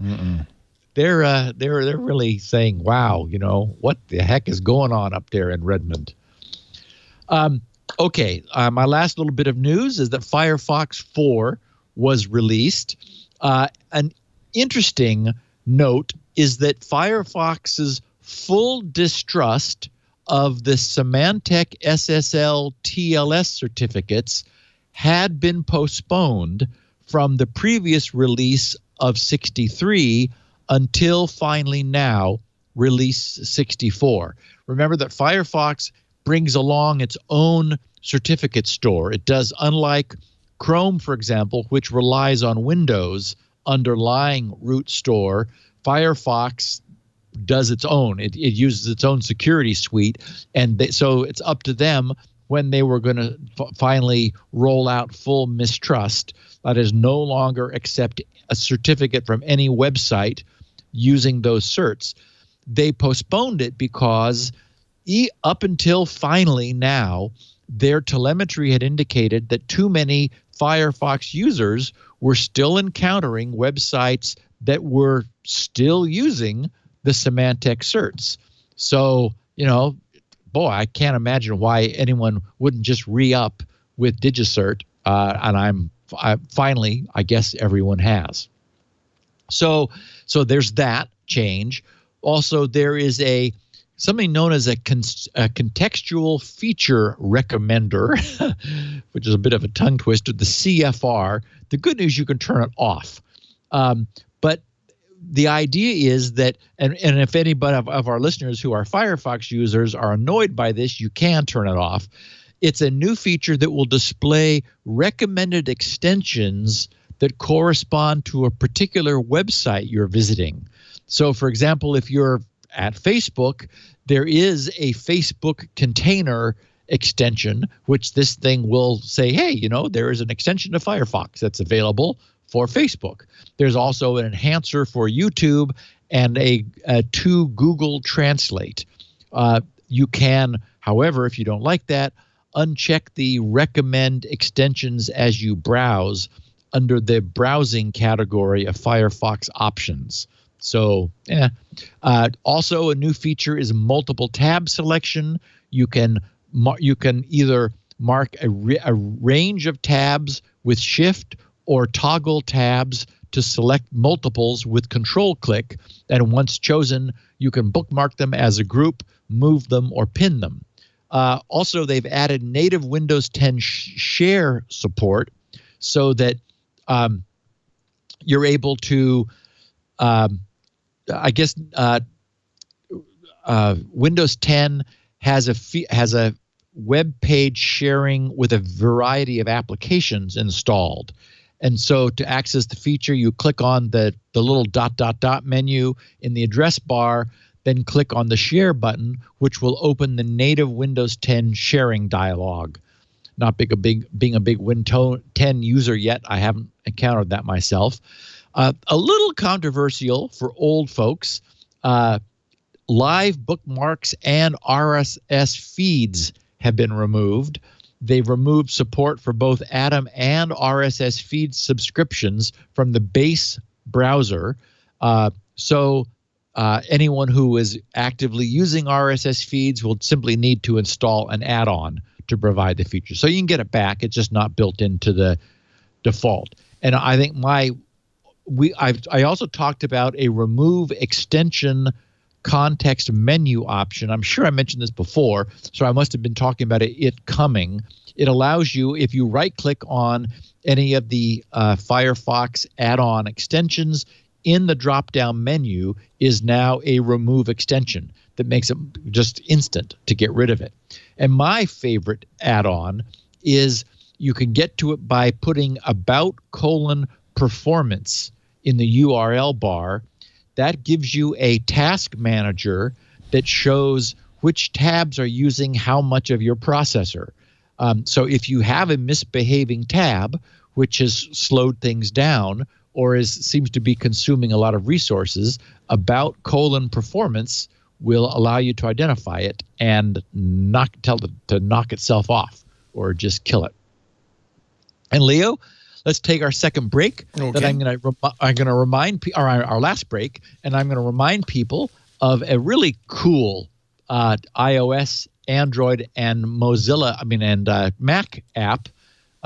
And then we'll deal with the SpinRite song. We're gonna sing a little bit of feedback, and then talk about this worrisome problem with SQLite. Is it Chrome or was it Firefox that took out FTP? This is a trend. Were we yes, talking about it is. that? I don't. Yeah, you and I were. Yeah. And I think it's going to be going. It Right. hasn't yet, but Right. they're like telling people, get ready to lose it. You don't need that stuff anymore. No, nobody is using it. When It's did they use take it or lose Gopher it. out? That's the question. Ah, Is there? It probably is Gopher : / I bet you there is. I wonder if it'll still work. Our show today brought to you by Red Hat, our great friends at Red Hat. We've always been a fan of Red Hat. And even though they're going into my space, they're podcasting, I still am a fan. They actually just put out season 2 of Command Line Heroes. We talked about Command Line Heroes when it came out, the first series. It's an original podcast for geeks, by geeks, for us, by us, from a company that's been bringing open source technologies to the enterprise for 25 years. Saron Yitbarek, who is a developer who founded CodeNewbie and lives and breathes open source software, is your host for Command Line Heroes. Who are the Command Line Heroes? They're the programmers, the developers, the hackers, the geeks, the open source rebels who are revolutionizing the technology landscape. I'm a fan of these Command Line Heroes. I know you know that. So season 2, just out, all about living on the command line, tracking the changes that shape the world of open source development, from programming languages to learning about supercomputers, hybrid clouds, and more. It's a natural. If you love this show, you will love it. And make sure you listen all the way through, because the season 2 finale brings everything together by seeing how open source powers some of our grandest projects. And what better way to see what we are capable of accomplishing with open source than with the people responsible for taking their work out of this world. You're going to hear from Tom Soderstrom. He's Chief Technology and Innovation Officer for IT at NASA's JPL. He talks about how they use open source to help innovation flourish, from projects we can all contribute to, like building our own rover. Wouldn't you like to build your own rover? Your Mars rover, to more specialized needs, solar flare predicting, for instance. And then Hila Lifshitz-Asaf, she is a professor at Stern School of Business and confirms that more minds simply make for better work with her research on the agency's true embrace of open source. It is really good. Look, you got to listen to this. Go to redhat.com/heroes, HEROES, to check it out today. Or you can just go wherever you get those podcasts, and after you subscribe to Security Now, subscribe to Command Line Heroes. So go to the website, redhat.com/heroes, for extras to learn more, and open your podcast app and subscribe to Command Line Heroes. redhat.com/HEROES. And thank you, Red Hat, for all these great years. Good luck in your new life as a IBM. Is it IBM? I can't remember. Wasn't it IBM that bought Red Hat? It's an IBM company. Yeah. Yep. And you know what's great is they're bringing even more open source to Big Blue. This is an interesting world we live in, where you've got Microsoft and IBM both embracing open source. I think that's, to me, it's very gratifying as a longtime fan. Learn more at redhat.com/heroes. Speaking of heroes, Steve Gibson is going to sing for us. Oh, no. Oh, no. So I'm not sure how I'm going to handle that. But first, Rails, RAILS. I was reminded of it. It's been years since we talked about it. I fell in love with this game for my iPad. It's also available on Android and for the Mac platform. Oh. Yes. And it's just a great game. It's sort of a puzzle game. Stations are placed on the board. You then interconnect them using a rail outlet with switches of your own design. And then trains are emitted from the stations, and you're responsible for flipping the switches in order to route the trains around to keep everything moving. And I haven't played it in ages. I just loved it. We both loved it. I remember. Yeah. Yes. It is it's great. So I just wanted to put it on. It's in time for Christmas. So maybe you could give somebody who has a phone or a pad something fun to occupy themselves with. I mean, and again, all ages. It's That's and that video you're showing right now, those are some beautiful track layouts. Yeah. I have certain envious. patterns that I like to use, but I have to say it gets harder and harder. Yes, well, and the trains get longer, and it's like things happen and trains break down, and you just get. I didn't realize they've added snow, which I like. That's nice. I've got some seasons in there. That's different good. Seasons. Yeah. Train. It's called Rails. Rails. RAILS. There are a bunch of cheesy ones, so be careful. There are. You want this is a category, I guess. Yeah. Okay, so Kevin Sears, a listener from Eagle, Wisconsin, offers us the Holiday Hard Drive song. He says, a winter holiday remake sung to the tune Let It Snow. So I'm not going to sing, but so he renamed it Let It Go. And he said, oh, an aging hard drive is frightful. Oh, an aging hard drive is frightful. But my photos are so delightful. Got no plan, so I let it go, let it go, let it go. It doesn't show signs of stopping, 'cause error correction is working. The green light is still on, so I let it go, let it go, let it go. The drive wants to say good night, but everything seems to be all right.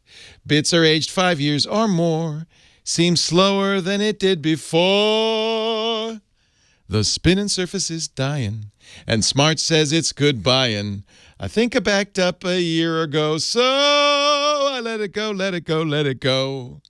Now bits are just ones or zeros, trying hard to be a data hero. But soon they'll be unreadable, no. 'Cause I let it go, let it go, let it... ... And it died. And it died. And so have our listeners. Sorry. I had to do that. You can't just read it. You got to sing it. I was discussing this with Lori last night, and I thought, I can't do this. And then it occurred to us, but Leo could. Leo will do it. Leo, you stepped up. Thank you for that. Let it go, let it go, let it go. Or in the case of SpinRite users, just run SpinRite on your drive and keep those data bits happy. It's very true, really. I mean, I think it's a good lyric. Nicely done. Yep. Well done. Sorry about the singing. No, don't apologize. Someone had to do it, Leo. Better you than me. Mike S. in New Hampshire, his topic was router infection. He said, I have a Netgear router, an R6300 V2, if you care. I routinely clicked on the router update, check for new version link. It told me there were no updates available. Last week, I started seeing very slow response from Wi-Fi, so I checked again, and it said the same thing. I decided to check with Netgear, and their website had updates. Ooh. I downloaded the update and applied it, and the performance went back to normal. So far, it's been good. I think, he says, I'm thinking that some malware got into it and wouldn't let it check for updates itself. But interesting. Yes. That makes sense. Yes, it totally does. That's what you would expect something nasty to do, because it didn't want to get itself flushed away. Right. So anyway, I just wanted to share that with our listeners. That's a very good point, is that when you think about it, you can't actually trust the internal check yourself for updates. It's worth going to the manufacturer's website and verifying. So, Mike, thank you very much for that little tip. I'm glad to pass that on to our listeners.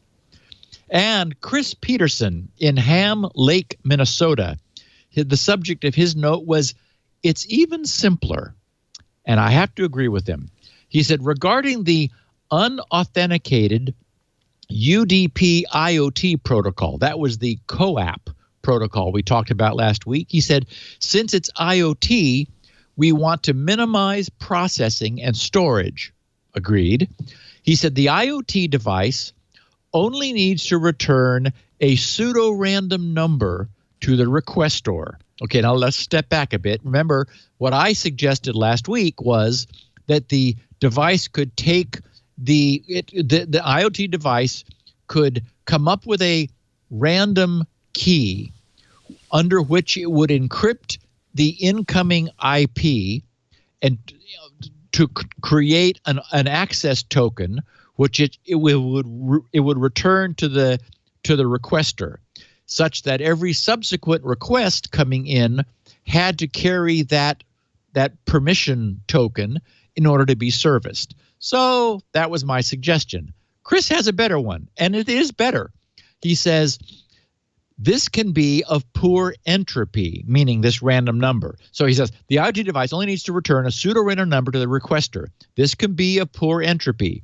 The IoT device is then paired with the requester. Any further requests from that IP must include the same PRN, the same pseudo-random number, or they're rejected. A request from another IP resets the pairing and the process is repeated. We can do this because spoofing requires a response to a fake IP address. This fake address, the victim, won't be responding. A short pseudo-random number of 32 bits or less should be sufficient, thus minimizing traffic sent to the victim. Obviously not perfect security, but it's good enough security and way better than what they're doing now. And he said 73, Chris K9EQ. Okay, so this is clever. My solution was over-designed because your typical IoT device, first of all, it's not fielding stuff from all over the internet. My solution would have allowed it to do that, to have no state saved in the device, always returning a unique token based on the source IP of the incoming request. So as IPs all over the place asked for permissions, it would dutifully return the token for them. But that's not the model.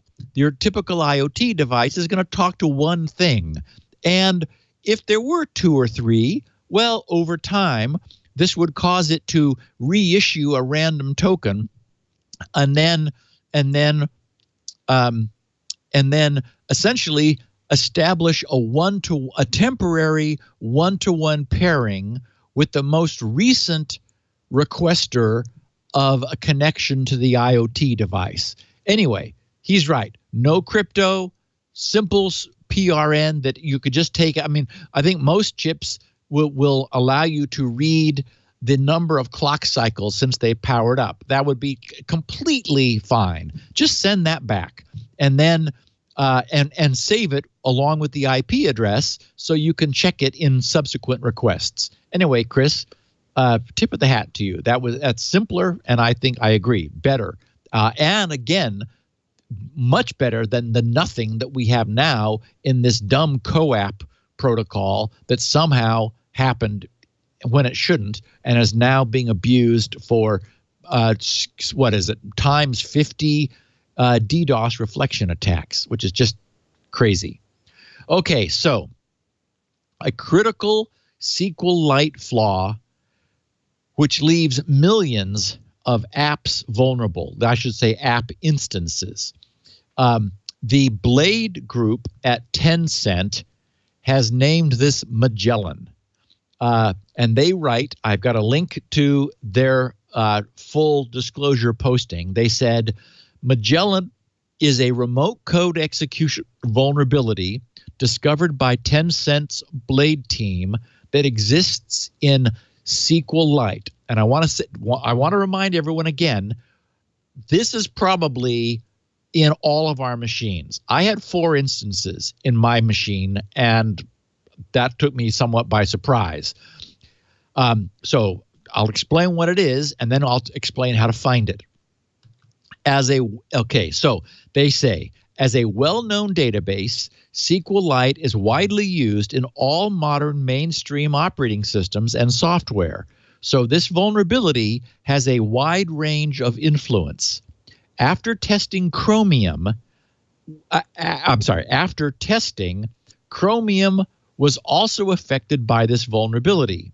Google has confirmed and fixed this vulnerability. We will not disclose any details of the vulnerability at this time, and we are pushing other vendors to fix this vulnerability as soon as possible. So what we have now is the knowledge of a problem, the confirmation of the problem. In fact, there was a page on the internet, which is now kind of irrelevant, that allowed you for Chrome 70, the Chrome browser 70, you could crash any tab by clicking it because it would invoke SQLite that the Chrome browser was exposing to any website that you went to. So that's bad. This was a remote code execution vulnerability. So what they have is simply a Q&A at this point. Am I affected by the vulnerability? Answer. If you use a device or software that uses SQLite or Chromium, it may be affected depending on whether there is a suitable attack surface. And of course, that's important.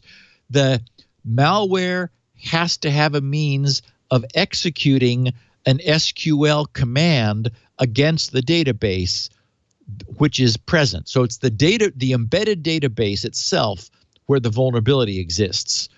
As I mentioned, my email client Thunderbird uses SQLite, and of course, email is an attack surface. So that's pretty much all it is. Question 2, what is the danger of this vulnerability? Remote code execution, leaking program memory, or causing program crashes. 3, does the vulnerability have exploit code? They say yes. We successfully exploited Google Home with this vulnerability, and we currently have no plans to disclose exploit code. That is, everything needs to get fixed. 4, what are the conditions for exploiting this vulnerability? They answer, this vulnerability can be triggered remotely, such as accessing a particular web page in a browser or any scenario that can execute SQL statements. 5, has Magellan, which is what they called this, been abused in the wild? Their answer, we have not seen a case of it yet. 6, is there a fix or workaround? And they answer, we have reported all the details of the vulnerability to Google, and they have fixed the vulnerability. If your product uses Chromium, and remember, there are many other browsers that do, please update to the official stable version. And so in the case of Chrome, it's 71.0.3578.80. And I already have one. My Chrome is a little bit further than that. They said, if your product uses SQLite, please update to 3.26.0. The CVE number is pending. So on the 14th, late last week, there was a crash Chrome 70 with the SQLite Magellan bug. That was at worthdoingbadly.com. That's obsolete now because, as we know, Chrome is at 71. You want to make sure, though, that your Chromium-based browser is safe. So for what it's worth, it might be worth going to worthdoingbadly.com and trying this. The site is worthdoingbadly, all one word, .com/SQLitebug. So worthdoingbadly.com, SQLite, SQLite bug, and make sure that your browser doesn't crash. Okay, so SQLite is a library, essentially, that many different things use that, for whatever reason, need to store user data. And even things that I'm not quite unsure why they're storing user data. I found it in 4 places on my system.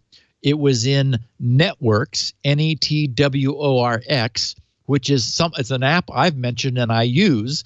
I love it. I have it running on my screen all the time because I have it using SNMP, Simple Network Management Protocol, to continuously check the counters, the byte counters on my pfSense router to watch the incoming and outgoing bandwidth. I just kind of like to get a sense for data coming and going in and out of my network. So if something seems anomalous, I can go, okay, wait a minute, and go check, why a huge amount of data is transiting. Python, my installation of Python brought SQLite 3.dll along. And Adobe Reader, shock, is vulnerable with SQLite.dll. Adobe Reader, even though mine is 9 point something, which is not super recent, but it had version 1.0.0.1 of SQLite.dll, dated 2/27/2009.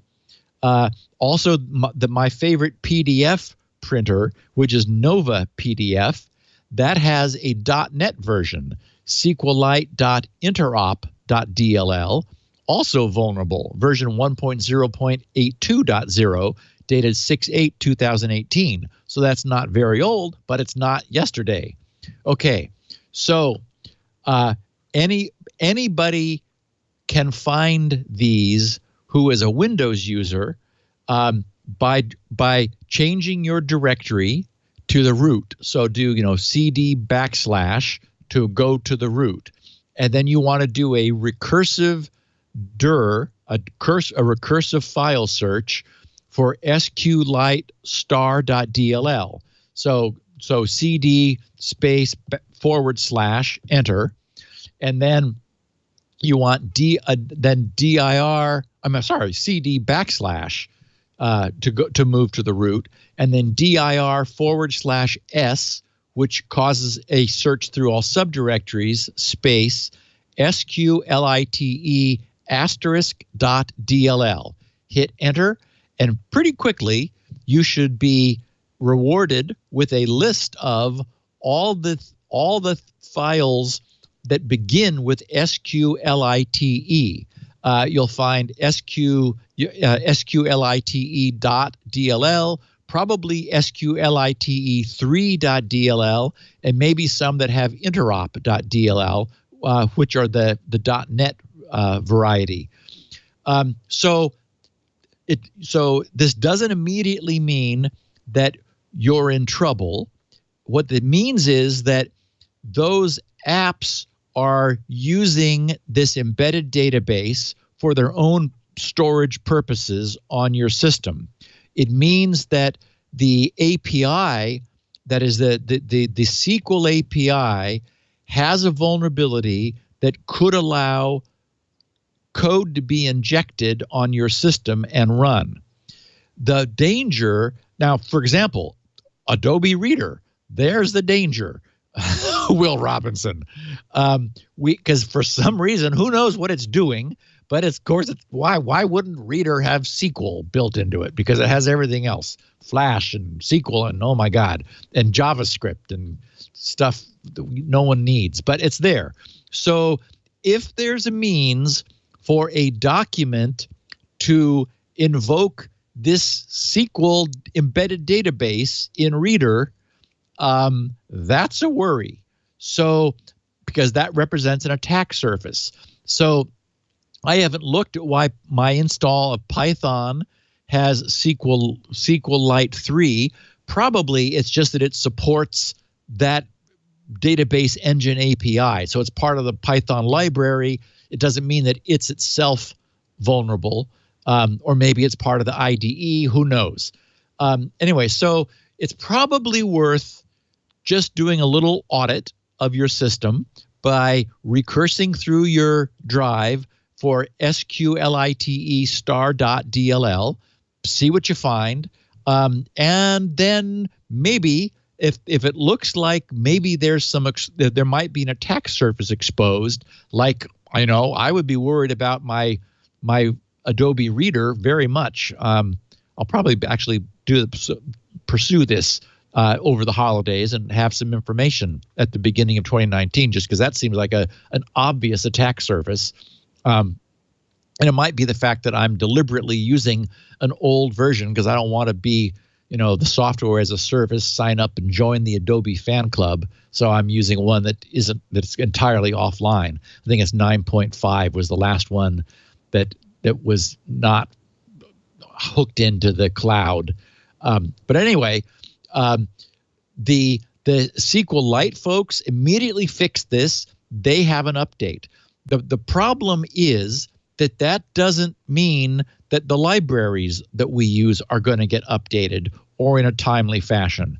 If it turns out that there are means of leveraging this into an attack surface, we're probably going to see this in coming weeks and months next year. So I wanted to put it on everyone's radar. It's easy to audit your system and get a sense for what apps you have installed, which are using this embedded database. Again, it doesn't mean that's a problem. It's only a problem if there's a way for a malicious use of that through the app. So maybe Python is a problem, but Python's an example. I mean, so for example, the SQLite 3 in my Python is version 3.21, relatively recent, dated 6/27/2018. Probably it's already been updated or will be shortly. So that kind of thing can be fixed. I guess I would say where possible, where you see that an app is using SQLite, maybe give them a few weeks to catch up, to get their use of it updated, and then update the app so that you're not vulnerable. Anyway, I don't want to scare anybody. Yes, I don't want to overstate this, but it could become a popular means of attacking people's systems. The good news is it is everywhere. The good news is that it absolutely requires access to SQL. There is a web SQL interface. That's what Chrome supports. Firefox uses SQLite, but they weren't exposing the interface. Chrome was. So it allowed JavaScript to issue SQL commands to an embedded database on your system, and that was the way in. So briefly, Chrome could be exploited with this. No longer. So you want to make sure that if you are a fan of a Chromium-based browser, that you get yourself patched. And again, I'm sure that anyone who is producing a browser already has updates and fixes, just as Google did instantly with Chrome. Yeah, my Chrome is safe. Yep. Good to know. And Leo? Actually, this is Safari. Safari's safe too. Good. Not only is this the end of the podcast, this is the end of the year. We're done. Next week is Christmas Day, and we're going to have a best of. Cool. Some great stuff. We've never done this before with Security Now, but I think it's going to be fun. New Year's Day, we will do the same because there's no point in. But we'll be back January 8th for a whole new season of Security Now. Lots of new stuff. There'll be exploits galore. Who knows? This same podcast last year, the last podcast of the year in 2017, we would have never predicted that 2018 would have been the year of the disaster of the Intel chipset, and other processors too. Not fair just to pick on Intel, but every processor architecture collapsed this year. Amazing. Who knows what we have in store for us for next year? Something but we'll be wonderful. Here. We'll be here. And I am relieved. Thank goodness Steve's here. Find everything Steve does is at his website, grc.com, including SpinRite, the world's best hard drive maintenance and recovery utility, and this show and transcriptions thereof, grc.com. He's on Twitter. If you want to leave him a message or ask him a question, at SGGRC or grc.com/feedback. Do people still use that, or they just use Twitter? Probably. Yeah. Oh yeah. That's where I got both of the two notes that I shared. Yes. There you go. as grc.com/feedback. You can also get audio and video of this show from us, twit.tv/SN. Subscribe in your favorite podcatcher. You just get it automatically and download it the minute it's done. Collect all 694 episodes. Make sure your collection is complete. Steve, have a great holiday. Have a good 2 weeks off. Same to you, my friend. I'm going to enjoy a little time off, and we'll be back to kick some security next year. Thank you. We'll see you next time on Security Now. Thanks, buddy. Security.